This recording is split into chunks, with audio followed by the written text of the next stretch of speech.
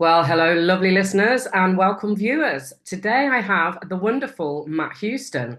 Now, Matt was introduced to me via Mark Steele, who was a recent guest of mine. And Matt is a Blade Runner journalist. And can I just say, Matt, on behalf of, I'm not going to say Great Britain, England, Scotland, Wales, and Ireland, Northern Ireland, um, you're a legend, sir. Thank you very much. Because without what you're doing, we wouldn't know what these amazing renegades are up to and what they're trying to do and what they're trying to achieve. And so I thought it'd be really fascinating to get Matt on and hear his story. And I know we've just been chatting off air, and Matt used to be a truck driver, and Matt's also got some court cases himself. So there's a lot going on for Matt, and you'll find out in his story why he's not a truck driver anymore. But you seem to be doing this journalism and these cases more as a full-time thing these days, which I think a lot of us in that, I call it the truth movement, call it whatever you want. But the people that have gone all in, it's very frigging time consuming, isn't it, in terms of what you have to do. So Matt, welcome. Thank you so much for being here today. How we doing? Yeah, thank you for having us. Yeah. Yeah, Honest. you're very welcome. Um, so I would love to know a little bit of your backstory, and the viewers would love to know.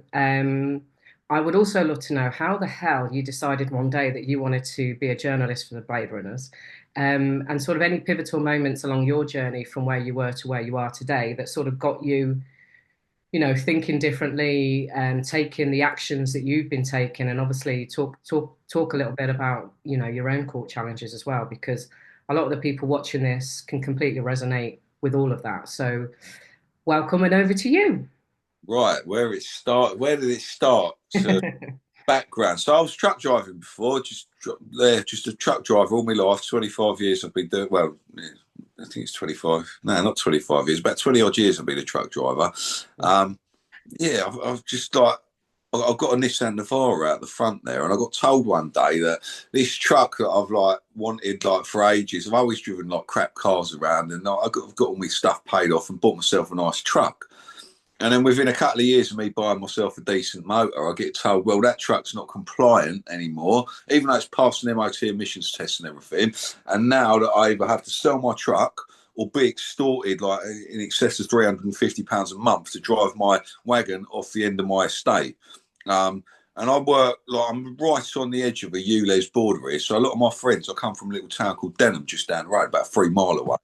And that's not in the ULEZ zone. So I've got like one toll gate basically to go through to go out and see my pals. And then I've got my pals telling me, well, I'm not coming to your house anymore because, yeah, I can't do it because it's charging me money. So they're dividing people like that. And I was just like, well, guess what? I choose not to pay £12.50 and I choose not to sell my truck and I'm going to do something about it. And then Can one I day, can I ask can I ask why it wasn't compliant and who was telling you that and and how that came about? I don't know why it wasn't compliant because in the number plate, because of the year, like it's a 16 plate and like a 17 plate the next year on because it's Euro 5 compliant or whatever, or Euro 6, I don't know which one it is. But yeah, that's compliant. My one's not because it's not got AdBlue in the diesel. Well, we was told for like the last 10, 15 years, buy a diesel, they're more economical. It's better for, yeah, yeah. And diesel's more expensive product. It's a cheaper product to refine than petrol by a lot. We pay more for it now. Yeah, It's I know. death. So then I'm paying more for my diesel. That's basically pay per mile. They've made it impossible for a lot of people to go across the country now because they made fuel so expensive. So that in itself is a pay per mile charge. And I just had enough of being. I've gone from like house prices when I moved out 25 years ago were like I don't know, I think 100 grand for like a 2 bedroom little place we moved into. It's just over 100 grand. Now it's like 400, 500 grand and it's unaffordable for people to do anything. So I just saw it as another attack on us to just take more money off us, removal of wealth from the working class is all I saw. And I was like, right, that's it, final fucking straw for me. And like then one of these ULEZ vans parked up. It's like a mobile unit where they can go around and scan the environment in from different areas on the top of a van. And it was at the end of my road, and I was just like, all right, I'm not having that. So I went out there with a little placard, Stop, yeah, and just blocked it so I couldn't see anything, and just held it there because it was only on the top of a van. It's like at quite low level. It's just like I can put my hand up in the air and touch it, basically. So yeah, I just put a placard in front of it and said, "No, I ain't having that," and just stood there behind the van until it moved off, and kept it. And then I started filming myself doing that. That's how people got to know us. I just started filming and interacting with the security guards. So they're sending security out to look after these things because they're worth dough. And just for any viewers that don't know what ULEZ is, if you're watching outside of Britain, ULEZ is basically a clean air zone fine, which is supposed to stop people driving in the centre of London and other main cities. They've got it in Birmingham now as well. But what's been happening in London is that Khan, the wonderful Lord Mayor, is just taking it further and further and further and further out into the suburbs. And we all know it's just another tax. It's got fuck all to do with clean air, and it's got nothing to do with stopping people bringing their cars in. Because how's it going to stop people? People need to get to work, and public transport in this country is woeful at the best of times. Can I say something? How's it going to stop? It's okay to pollute if you pay. So I know, yeah. So how, it's yeah. not about clean air, right? So, and then there's another point is right. We've got this thing called wind, right? So down the road, about half a mile away, it's not in the clean air zone. So people are free to drive whatever and pollute as much as they want, just a mile from my house. And I'm paying here for clean air. I'm paying for clean air, which like whatever. But what's to stop the wind blowing that dirty air over here? I've just paid for clean air, and now the wind has blown away my clean air because no one's using their motors around here. Well, they still are because they're paying to do it. So the air's not any cleaner because everyone's still using it. Yeah, it's just like a farcical system that they've put in. It's stupid. Yeah, it's basically another tax. We all know it. Khan knows it. Everybody knows it, and that's why. So I meant I introduced you as a Blade Runner journalist, but I didn't explain what a Blade Runner is for those that don't know. Blade Runners are is a term that's been allocated to a group of individuals that are basically taking these ULEZ cameras down um, in and around London. That's right. Every time you call it a camera, you're manifesting Sadiq Khan's reality. These things aren't cameras; they're a laser weapon Yeah. system, a dual weapon system. They're not cameras. That's what they're sold as, and that's what they're functioning as at the minute. But they have more functions within them, like facial recognition, AI, like scoping the cityscape. I mean, they've got AMPR and a lot of junctions for the yellow boxes and stuff, which gets every car that goes through. But then that's one AMPR camera does that. They've got these things on the sets of traffic lights pointing in every direction. So up the road, and they're low down as well, so they can see all the like they're capturing people. It's voice recording, like everything on it. It's a 5.6 kilo like weapon system. So so you basically started noticing these ULEZ in your area. So then, what happened next for you in terms of? Then they started falling over. So I was like quite happy about that. So I went out and started filming it. And then lots of people like online were commenting and saying how good it was. So we filmed some more of it, and like because like there's been kind of a media blackout on this. The mainstream media they showed a few bits and bobs of it up till sort of last June. I think the Daily Mail were putting bits in every now and again. And they were like contacting us and saying, "Can we use this footage? Can we use that footage?" But since I think there was an attack where three of these lads went out and they cut down three traffic lights all at the same time. So there's three lads all stood at the traffic lights. Someone says go, and they all locked them down. They paid us a little bit for that video that I had of that, and then after that, they got told. They got told something from somewhere up high. You're not allowed to show this anymore because it's been a complete blackout since then.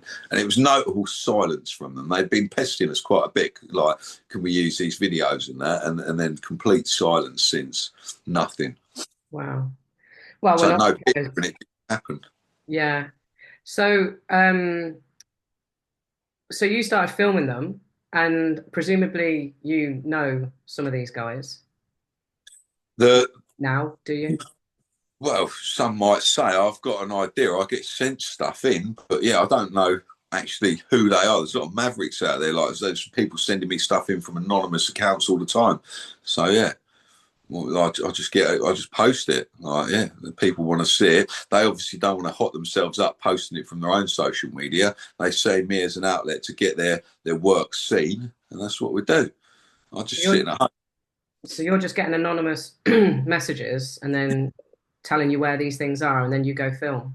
Yeah, yeah, that's it. I'll get a lot, I'm quite well known locally as well, so I get a lot of messages. If something happens, I'll get messages from people who are nothing to do with it, just telling me what's happened. Hey, look, we've not seen that on your channel yet. Go and report on that sort of thing. So yeah, it's quite. Yeah, there's a lot of people around town who know who I am and will send me stuff if they see it. They just send a quick picture, and if I see something's done, I like this morning I've been out. There was a burnt out box just down the road from me, and two traffic lights flopped down on a pedestrian crossing about 2.5 miles away. So I just took the dog out this morning and I walked around it all, got some photos and videos for everyone, and that'll be on the internet through the day to day. Okay, so have you ever got to the point where you've actually been able to video it live? What video of them getting cut down? I have got lucky quite a few times where I've had a message going, come here at this time and have a little look. And I've just turned up at a location and a time that's been specified to me, and things have happened. So yeah, I've seen it live quite a few times. And No, where do you post your stuff so people can see it? I post it on X, Facebook, Instagram, and what's the other one? TikTok? TikTok. That's the one where I've got the most followers. I should I have was said. gonna say, yeah. Yeah, TikTok. I've got quite a few followers on TikTok as well. That's where I go live on TikTok. That's how I got the following, going live on TikTok, because I was interacting with security guards, and people love it. Like, I'm quite sharp with my tongue and like, yeah, just taking the mickey. That's what I used to be, a lorry driver, a bin man. So yeah, I was just driving the truck, taking a piss all day. So yeah, going and taking a piss out of some security guards is pretty easy for me, and yeah, people like to watch it. And because I haven't seen your videos yet. Excuse me, I'm about to call. Um, how do how does that go down when you're having some banter with a security guard? I mean, does it ever They get, don't like it. yeah, They does it don't ever like get it. aggressive or? No, well, they can't. They lose their job. We've had them getting aggressive, but like the guy that did, he lost his job for it. So yeah, if you're gonna get unprofessional and like go at me, I'm quite professional in it. Like I'm not going to go for them. I will defend myself if they lay hands on me, but I'm not going to go and attack them. I've got no ill will towards them. I don't like the job they do, and I'm there to go and expose them. And for that, I've got a community protection order against me. But funny enough, we appealed that, and we said that they're assisting an offence by sort of enabling the ULEZ weaponry to be put up in the streets. It's a property damaging piece of kit that can hurt you. So they can't stop me if the police stop me from filming that. They're assisting the offenders basically. I've actually reported it to the Metropolitan Police. I've got my own crime number. Reported the ULEZ. They haven't got back to us. They don't care. There's loads of stuff going on at the minute, but yeah, we're saying that, like, yeah, you can't put that community protection order on us because we're recording a crime, and if you stop us from recording a crime, you're assisting the offence. So have you That's got that overturned then? No, they haven't even heard it yet. They're just fobbing us off. They don't want us getting into court. We paid the £65, and they're just ignoring us. There's no justice anymore. No. Well, we know that. And there's no justice in anything, whatever you're challenging. So presumably that's one of your court battles. And you mentioned there's two or three things going on for you. What else are you involved with? I've been arrested for 30 words on Facebook and a 31? phone call, allegedly. Nothing to do with me again. I've been arrested for allegedly painting a ULEZ, assault on police when they try grabbing hold of me because I'm an innocent man. I've done nothing. I'm just defending myself. I've been accused of cutting down the traffic lights. Yeah, they've nicked us 5 times. I've never been arrested before in my life. Before ULEZ, before I started filming myself and speaking the truth online, never been arrested before in my life. Like I've had a nice clean life. I've done it by the book. I've been arrested 5 times in a year. Wow. Yeah, like I don't know, like 150 hours in the sweatbox or something like that. Oh, But really? I haven't remanded us though. Like 2 tags have fallen off my leg and they haven't remanded us. Why not? Because we can prove that ULEZ is a weapons system, right? And if they remand us, then we get a judge in chambers. It gets pushed through quicker because I'm on remand without conviction. So then they have to rush it through. But they've put my court cases. So the first time I got arrested was the 28th of January last year. The trial for that's January 2026, a full year away, even though it's been a year since I've been arrested. This trial's still a full year away. And then I got arrested back in July for allegedly cutting down the traffic lights. And the trial for that's in June 2026. So they're putting them like 2 years ahead to go to the Crown Court. Punishment without conviction in the meantime, where I've got a tag on my leg, which is preventing me doing loads of stuff, like going out. I can't visit my family down south in the country. Do you know what I mean? Like, I can't go out anywhere, do anything, and I'm being punished without conviction here. But these people are very stupid. They put a tag on my leg. I'd quite happily go out of the area for a few weeks, go and visit family and stuff. But yeah, they want me tagged to this area where all the ULEZ is. They won't let me out of here. So by definition, I'm going to carry on doing it then. If you're going to keep me and pin me in one area, then crack on. I'm still going to be it. Everything that falls down is going to be going online. But yeah, they won't let us have a break or nothing. Can't go on holiday, can't do nothing on tag, can you? Well, I don't know. I've never had one. Touch wood. Yeah, I I've mean, never had one either. I'm not a fucking criminal. no. I'm not a fucking criminal. The people that have put that on my leg are fucking criminals, and they're going to pay for it. They're going to pay a high price. All the judges will be judged. People Yeah. who are judging now, if they're not bringing justice, we need to bring some justice on them. So I'm at the High Court again Tuesday as well. I was down there Wednesday. This was another case, human trafficking in Hillingdon, taking people's kids off them for money. Social services get £45,000 per child they remove. So yeah, we're at 5,000. yeah, £45,000. They took a set of twins off this lady from Hillingdon. Yeah, I was at the High Court. They cancelled that case 55 minutes before we were due in court. So we get there at it's due to be heard at 10:30, 25 to 10. They're cancelling it. Hillingdon Council haven't showed up. They've kidnapped these 2 kids. They're 34 months old now, I think I heard. They got a 2-year order to take the kids off them at birth because the mother was belligerent about taking a jibby jab for the kids and didn't want it and kicks off. Right, so that's why the kids got taken, and then they got some busy little social worker started doing paperwork on them and took the kids. 34 months later, they've had the kids jabbed, yeah, and the parents still haven't seen them. They're looking at like this is the last chance. They're going to go for permanent adoption somewhere else. Like they've basically stolen these 2 kids off perfectly good people who've not done anything except try and protect their kids from being jibbed up.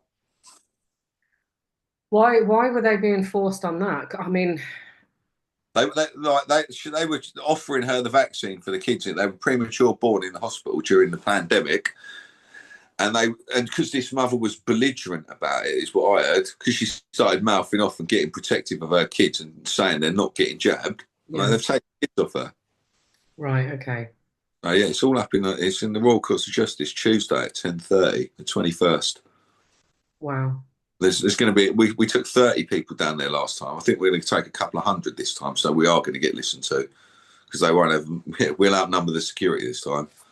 Wow. And we're going to go. I've heard talk of them boys talking about arresting judges, so they want to go in and arrest the judges if they're not going to bring justice. We're going to hold them to account. We the people. So yeah, that's what that's about. So it's going to get interesting for them this year. I mean, we've got Trump in 2 days, haven't we? I don't know how that's going to go for people like Starmer.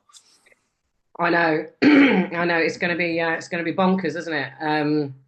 I mean, he's already been laying his weight in lots of different ways, and he's not even in yet. I also heard that he was doing a rally the day before.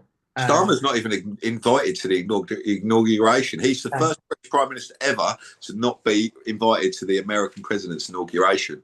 I know. But what's his name? That other one, Farage, he's invited.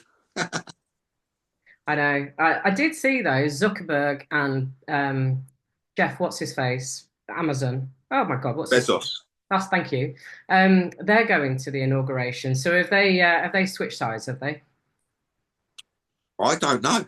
I don't know. Are we seeing the NWO coming in from the right wing instead of the left here? Because even with if you look at Farage and that, I see Farage has got he started this party in the UK Reform, and then the next week I'm seeing Conservatives are defecting to Reform. So you're basically voting for the same people that you were before. Like it's just another show, just a little roundabout. Oh, you don't like that one? We'll give you another colour. There's puppets on a string, isn't it? It is Two puppets on a peaks of string. the same arse and all this shit's the same. Yeah, exactly. The whole system needs to be obliterated.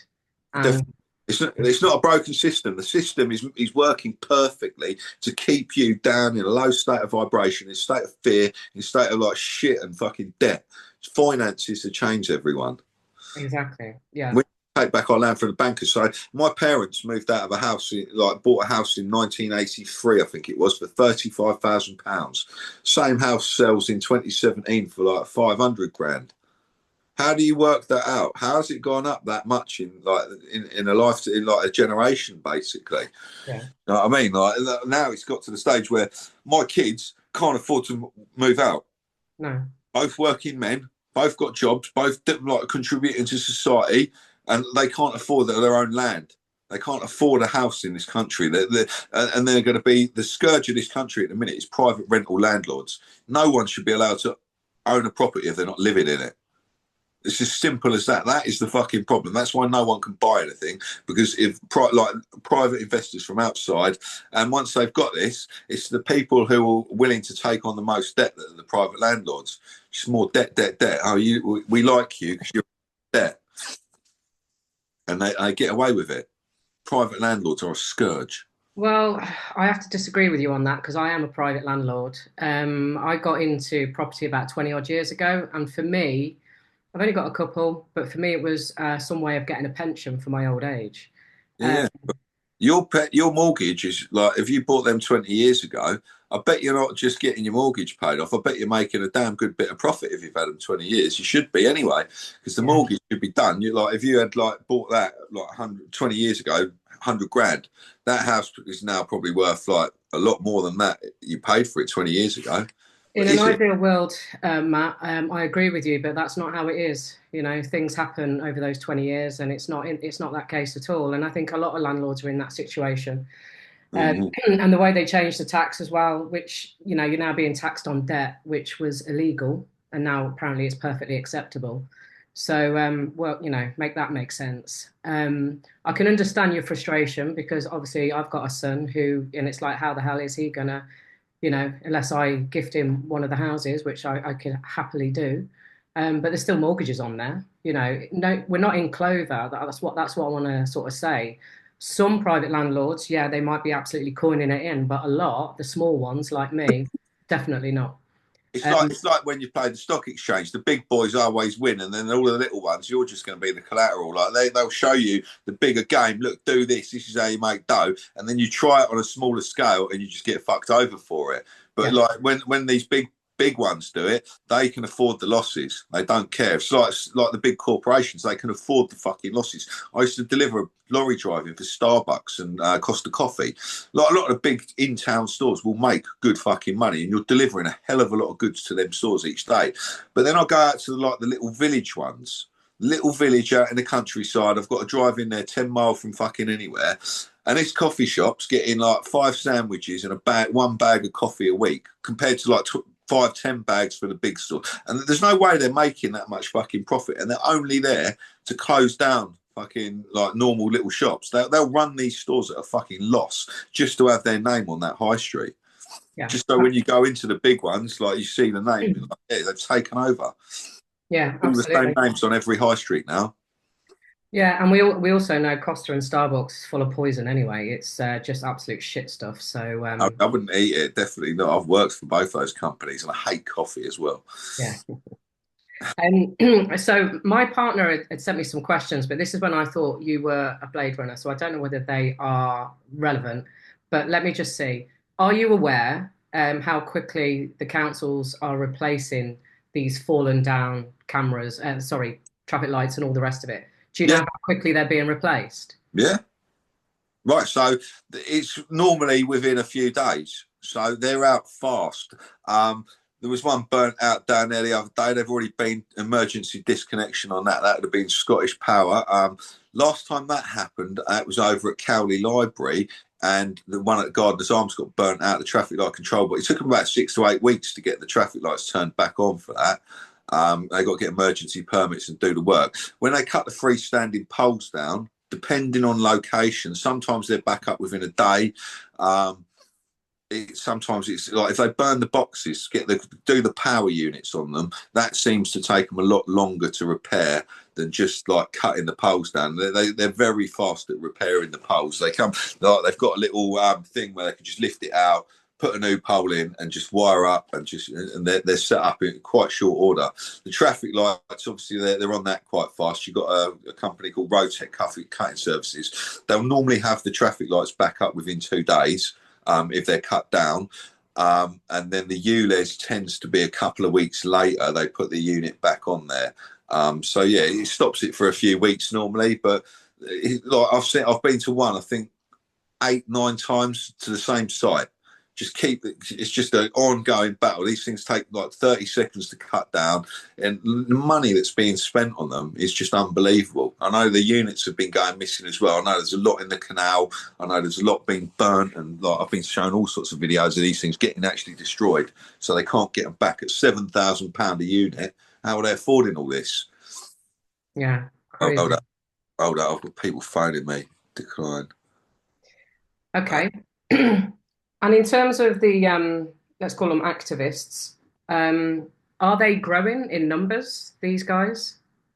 I've seen like yeah, there's more and more people doing it. I've seen some new faces doing it. I've had like there's been a load of people that have just done one and sent me a photo, and I've never heard anything else from that account before. There's been some prolific guys as well who claim they've done more than one, but like a lot of times I haven't seen it. I have seen it a few times, but like a lot of the time, like there's hundreds and hundreds of these things being cut down all over the place. Like I can only just sort of, yeah, what we're showing is just a small portion of it, really. Like there's a lot more happening but the media is silent. I mean, in Southampton, they just put up new AI kit the other day, and that was cut down within 24 hours. So it's not just around here; it's catching on, and that's why they keep banning us, because like they understand that courage is contagious. And they don't want people seeing this. And is there other journalists like you, do you know, dotted around? I've seen a few that like try and pretend to be like yeah on it. There's a few about, but I don't think there's any that get the views that what I do. Like most of the videos of ULEZ getting chopped down, the ones that do well are ones like with my voice on them for some reason. Hmm. Yeah, I don't know why, but yeah, it's one of those, isn't it? Like someone's got to be the most popular one, haven't they? I just seem to And take it it. just happens to be you, Matt. Yeah, I just happen to have to talk, isn't it? Like people listen to it, and I'm good at explaining things. So Okay. How can people follow you? What's the best place? TikTok? TikTok, Facebook, Instagram. It's Matt Hardy _ Blade Runner. On Facebook, it's hard to find us because I'm so massively shadow banned. My profile can't be recommended, and it's just like what the fuck. Like people want to see this shit because every time it's proven. If I get set up a fresh account anywhere, it's fucking goes mental straight away.